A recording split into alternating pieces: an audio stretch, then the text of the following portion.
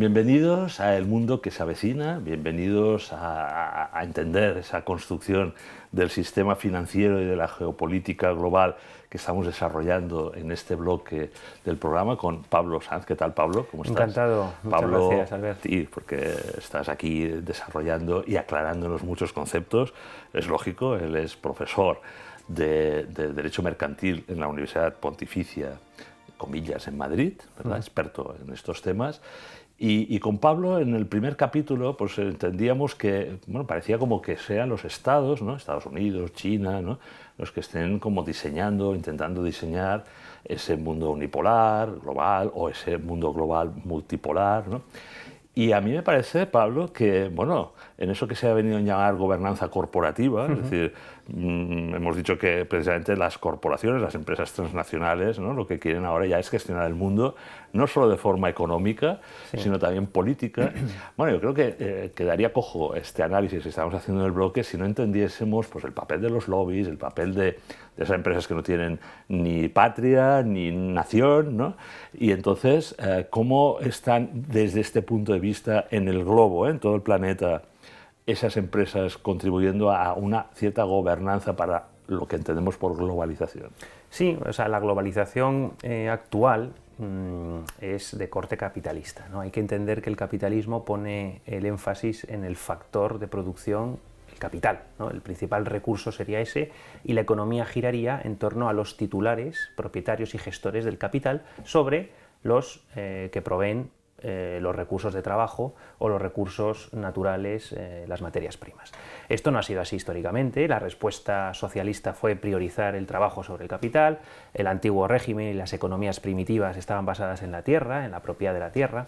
Bueno, el mundo ha cambiado. Ahora lo que pasa es que tenemos un capitalismo ya en una fase muy diferente a ese capitalismo. ¿Ha mutado el capitalismo? Ha mutado, claro, Sí. del capitalismo del 19. Ese capitalismo industrial, Sí, de la revolución industrial, bueno, de los telares de Manchester, ¿no? Que siempre ponemos ese gráfico, Oliver Twist, etc. Bueno, ese capitalismo ya no existe en Occidente, existe en otras partes, ¿no? En Bangladesh, por ejemplo, pero lo que hay es un megacapitalismo de corte financiero basado en servicios, digitalizado, muy poliformo, muy complejo, ¿no? Pero ya hemos dicho, el capitalismo se basa en el capital, en el dinero. Y el dinero, ¿no? Como decía ya Quevedo, pues poderoso caballero es don dinero, y además el dinero es apátrida y tiene mucho miedo, con lo cual tiende a concentrarse, y lo que estamos viendo es un capitalismo con unas estructuras cada vez más concentradas en cuanto al poder que ostentan algunos núcleos, bancos de inversión, grandes fondos de inversión, monopolios, oligopolios, ¿no? En términos clásicos, el sistema capitalista actual, pues lo que tiene es una estructura muy parecida a lo que ya en la antigua Grecia hablaban de los plutócratas, ¿no? Los oligarcas. Claro, efectivamente, hay unos pocos centros decisorios, y eso condiciona también el funcionamiento de nuestras democracias y de nuestros sistemas presuntamente democráticos y políticos. Es decir, que el capitalismo lo que genera es que el poder económico está por encima del poder político. Y entonces la gobernanza democrática, institucional, queda supeditada a las políticas que vienen arriba. No es que esté todo determinado, no hay un determinismo, porque también hay una cierta bidireccionalidad de la política hacia la economía, por ejemplo a nivel fiscal, tributario, aspectos administrativos, pero es verdad que al final la gran banca, los grandes fondos de inversión, pues condicionan el desarrollo, el crecimiento y el devenir de las sociedades actuales, sobre todo en Occidente, ¿no? Por lo tanto, yo creo que esto hay que tenerlo muy claro, y entonces lo que hay que ver es cómo podemos deshacer estas megaconcentraciones de capital para hacer una economía más participativa, más distribuida, más equitativa. Ha habido fórmulas, la doctrina social de la Iglesia, que hablaremos otro día, es posiblemente la mejor alternativa, además con mayor acervo, con mayor trayectoria, experiencia real, pero dentro incluso del mundo cristiano, en tiempos recientes habría que destacar los ideales o la doctrina de Hilary Belloc y Chesterton, el distributismo, que no hay que confundir con un colectivismo, pero bueno, abogar por una participación económica. La subsidiariedad. Efectivamente, el principio de subsidiariedad, y sobre todo formas asociativas de trabajo capital donde el factor trabajo y el factor capital no formen una dialéctica de intereses contradictorios, que aquí está la clave del problema que estamos teniendo. Thomas Piketty, que es un economista que no es santo de mi devoción, pero es un gran economista francés, él ha trabajado mucho y tiene varios libros últimos recientes sobre el capital, ¿no? Claro, el capital, el problema es que, claro, los rendimientos, él demuestra empíricamente a nivel mundial y a nivel de muchas fases históricas que las rentas del capital crecen a una mayor tasa que las rentas derivadas del trabajo, con lo cual la brecha está ahí, y la brecha se genera una desigualdad. ¿Dónde está la función del Estado o de los sistemas de bienestar? Bueno, reequilibrar un poco, cerrar un poco esa brecha entre el capital y el trabajo. El problema de las soluciones colectivistas o socialistas que desarrollamos en nuestros propios marcos occidentales es políticas distributivas, redistributivas, mejor dicho, ¿no? Para cerrar esa brecha entre las rentas de capital, los capitalistas, y las rentas del trabajo, intentar cerrarlo. Lo que pasa es que no se está consiguiendo, está fallando el sistema, y ahí está el problema de la gobernanza esta hipercorporativa, que no tiene ningún interés en que eso se cierre. Es más, no tiene ningún interés en que los centros de decisión se abran a otros agentes de la economía y que todo el mundo pueda participar. La doctrina social de la Iglesia y otras alternativas como la economía del bien común, que está muy presente también en Alemania, otras fórmulas cooperativas, mutualistas, lo que abogan es porque el factor capital esté anudado al factor trabajo, de manera que el trabajador sea también propietario de la empresa en la que trabaja. Claro, esto no gusta mucho a los que actualmente detentan los medios de producción, la propiedad de los medios de producción. Y no es ser la fórmula socialista, que es generar el gran sindicato y solamente abogar por un trabajo, por una defensa del trabajador desde el punto de vista del sindicato internacional, que esto sería volver un poco a los modelos soviéticos o del marxismo-leninismo, etc. O sea, que el punto intermedio de intentar que se concilien, que trabajen convergentemente el factor trabajo y el factor capital es el gran desafío de la economía actual. Y la persona y la familia, ¿no? Eso, si te parece, Pablo, lo tratamos en el último capítulo. ¿Tú crees que esa gobernanza corporativa se parece, algunos lo han dicho así, ¿no?, al sistema feudal? Es decir, ¿estamos en un neofeudalismo digital? En el mundo digital, como bien dices, hay tintes o hay muchas características que nos recuerdan, aunque sea en un plano no tangible o en el plano de lo intangible, a los fenómenos que pasaban pues, en muchas épocas históricas. ¿Cuáles serían en este caso? ¿Por qué hay esa analogía entre lo que era el mundo feudal, pocos poderes, me imagino el rey en la etapa no absolutista, por ahí como... Bueno, porque realmente lo que hay es una población, la población de usuarios y consumidores de servicios digitales, que somos todos al final, mensajerías, redes sociales, comercio electrónico, tiendas online, que dependemos de una serie de servicios en régimen de monopolio o cuasi monopolio o duopolios, que solamente unos pocos pueden proveer y que además es difícil que lo puedan proveer más, porque se han generado barreras de entrada desde Microsoft, que es el tema clásico del monopolio, ¿no?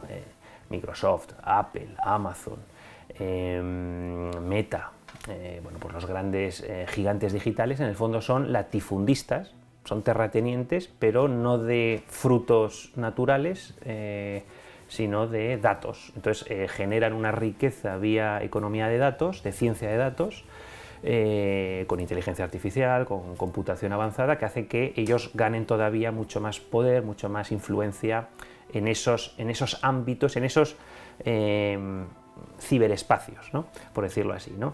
Entonces sí que hay, digamos, ecos o resuena bastante a ese mundo de latifundista, de terratenientes, pero en clave ciberespacial, por decirlo así, ¿no? Entonces en ese aspecto el reto sería, por un lado, entender que es verdad que hay un cierto efecto red en Internet, de manera que cuando nosotros nos intercomunicamos en redes sociales con cierto software, con ciertas aplicaciones, tiene sentido que sea la misma o que sean interoperables. Por tanto, es verdad que hay una serie de gatekeepers, o sea, una serie de proveedores que son los que generan la estructura de mercado, los que crean el mercado y lo mantienen.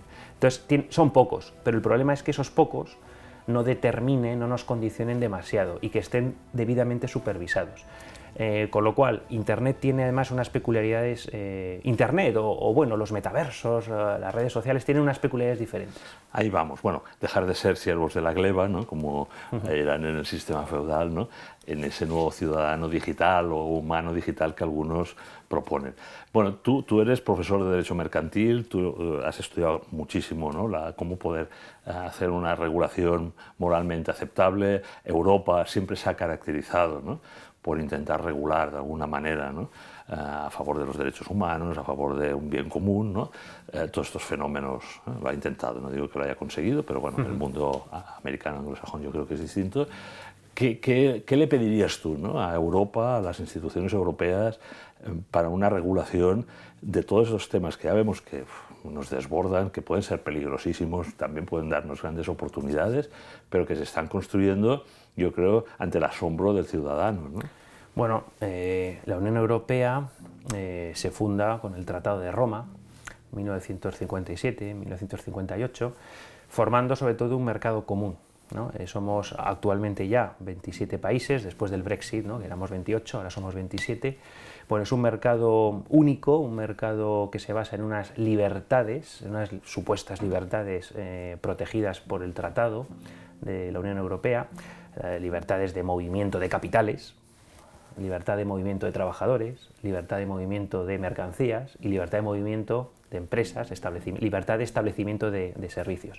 Con lo cual, es un mercado, la Unión Europea. Lo que pasa es que ha ido generando una serie de capas posteriores, sobre todo, ¿no? Tras Maastricht, Tratado de Ámsterdam, Niza, Lisboa, ha generado que los tratados hayan ido asumiendo, reelaborando, integrando una serie de contenidos más allá de el asociacionismo económico entre los países fundadores y los que luego se fueron adhiriendo, como España en el año 86.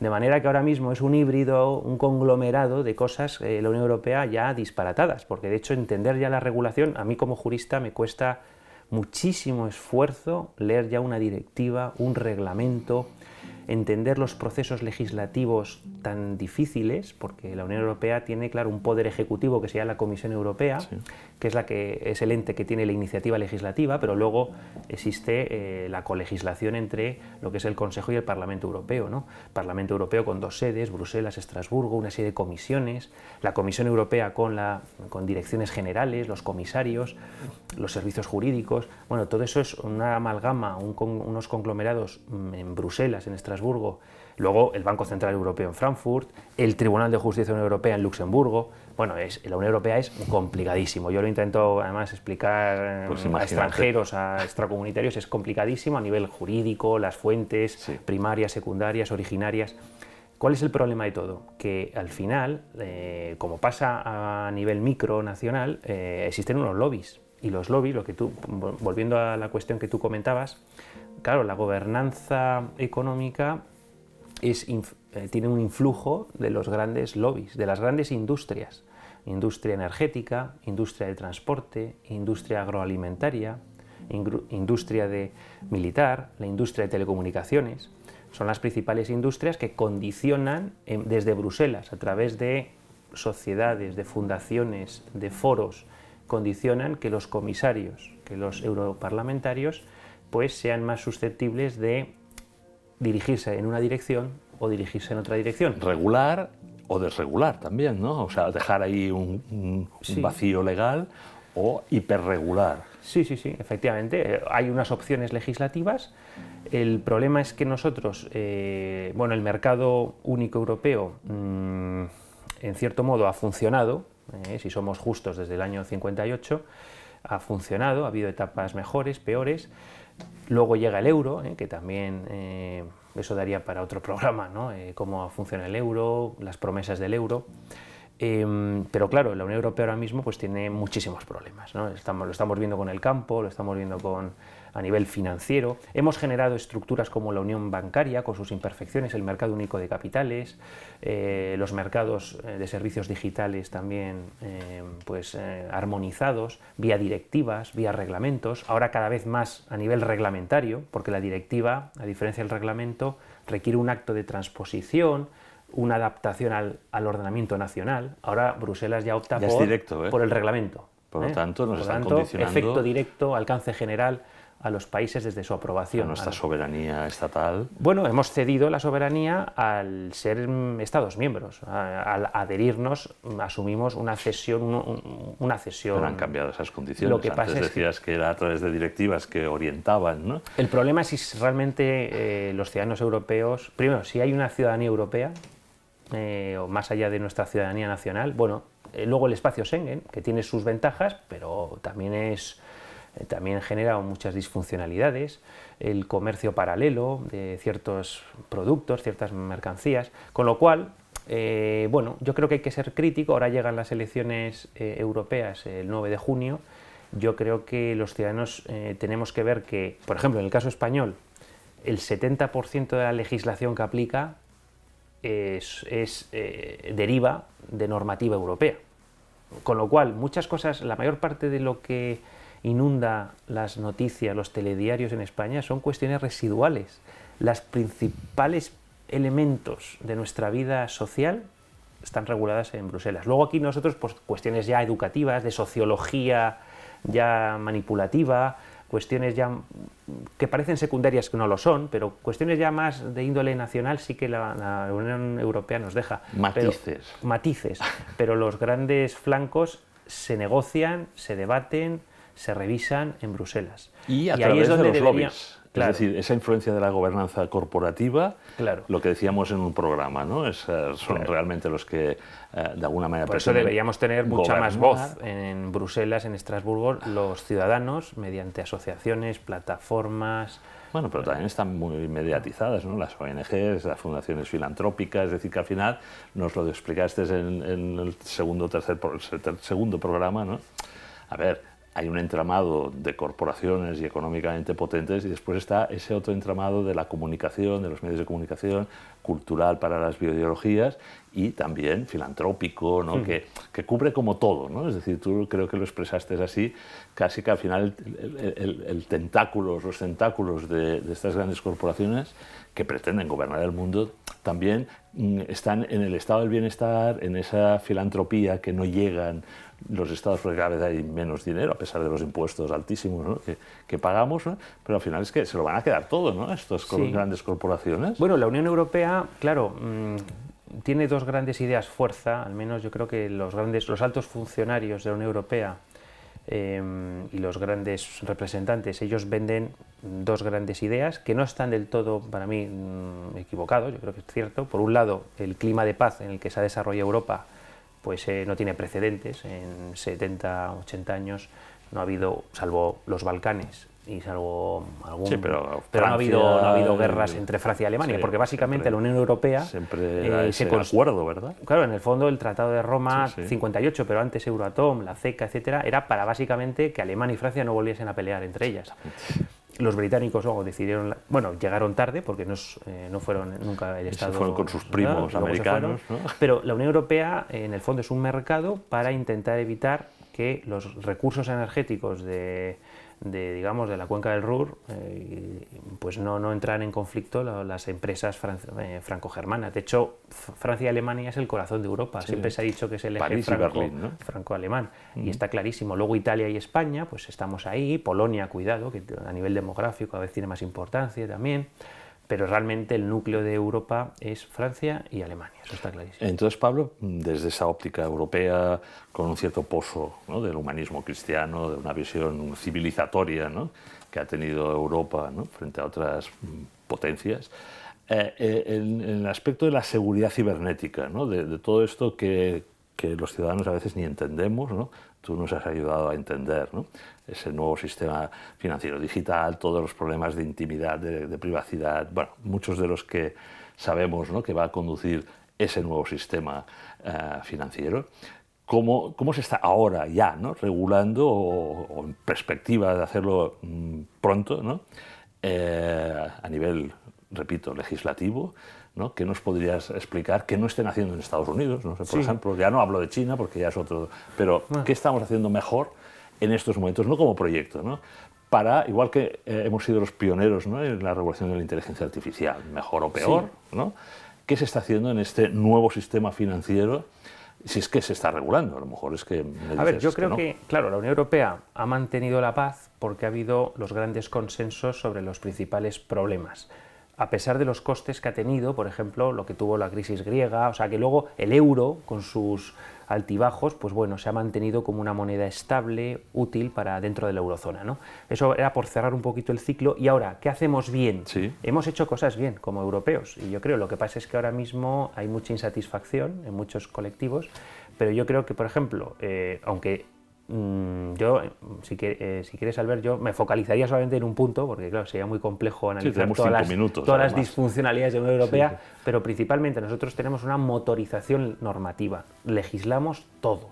Es realmente alucinante. De la hipernormatización. La hipernormatización de la realidad sociopolítica mercantil en Europa, demasiado. Lo que pasa es que eso tiene algunas ventajas. En el reglamento de la inteligencia artificial, bueno, la verdad es que la opción europea quizá está en un extremo. Hemos optado por un esquema de riesgos. Vamos a ver luego si la industria de la computación relativa a inteligencia artificial decide instalarse en Europa, con esta regulación que da mucha seguridad jurídica. Pero lo cierto es que Europa no genera esa tecnología, y nos pasa en general con los mercados digitales. No tenemos unas industrias, por ejemplo, a nivel, bueno, no hemos sabido generar grandes empresas tecnológicas europeas. Los chips, por ejemplo, ¿no? Bueno, tenemos ahora la Chips Act, que trata de un poco de relocalizar partes sustanciales de la cadena logística de los chips, ¿no? Pero, por ejemplo, Nokia y Ericsson, que hace quizá 20-25 años eran las grandes tecnológicas europeas, ahora han quedado completamente desdibujadas y con unos niveles pues mucho más pequeños y sin poder competir. ¿De quién es la culpa de que Europa haya regulado muy bien, pero no haya sido capaz de generar mercados fuertes, competitivos y con tecnología propia, soberana? Pues hay muchos elementos, pero apuntar uno, la defensa, el derecho de la competencia. Nosotros nos hemos focalizado en vigilar mucho los monopolios, que no se formen oligopolios, y eso ha impedido que las empresas se concentren, se fusionen, se absorban unas a otras. En otros países no es así, los gigantes americanos y los gigantes chinos, y eso nos han comido. Bueno, más los americanos que los chinos, pero nos han comido. Para terminar, debe faltar como 2 o 3 minutos, ¿no? La gobernanza corporativa en los países asiáticos, en China, ¿no?, que yo entiendo que es pública, ¿no? O sea, depende del Partido Comunista, depende del Estado. O sea, hemos citado, no sé, TikTok, además son parte de la visión de inteligencia militar. Esa gobernanza corporativa en esos otros países, ¿cómo se caracteriza? ¿En qué se caracteriza? Vaya. En el mercado digital y financiero. Sí, claro. Sí. Bueno, nosotros lo que podemos ver, primero tienen la banca clásica, obviamente intervenida por el Estado, tienen el Banco Popular de China, que es el equivalente al Banco Central, y luego hay varios bancos gigantescos, ¿no? Gigantescos. Pero luego están las grandes tecnológicas con servicios financieros. Tencent, tienes también el grupo Alibaba con todas sus tecnologías. ¿Y de qué depende? Al final depende de un... Bueno, CEO, claro. ¿Un privado o es del partido y del Estado? Bueno, obviamente es una economía mucho más, primero, planificada, ¿no? No hay más que ver pues, los planes quinquenales públicos que se elaboran, pero también a nivel participativo, es decir, luego uno ve la asamblea cómo se confeccionó y cómo se rigió el 20º Congreso del Partido Comunista, ¿no?, en octubre del 2022, y uno analiza pues, cómo es la gobernanza china. Claro, es muy diferente, pero tampoco tanto como la gente se cree, tampoco es tan diferente a la occidental, pero es verdad que es una economía mucho más planificada, mucho más centralizada, mucho más estratificada, con sus ventajas para ellos, pero también con sus inconvenientes, porque cuando una economía es tan planificada, las decisiones se tardan en adoptar, y además también desde abajo se ve la situación de una manera, pero hasta que se transmite arriba se puede además también distorsionar mucho.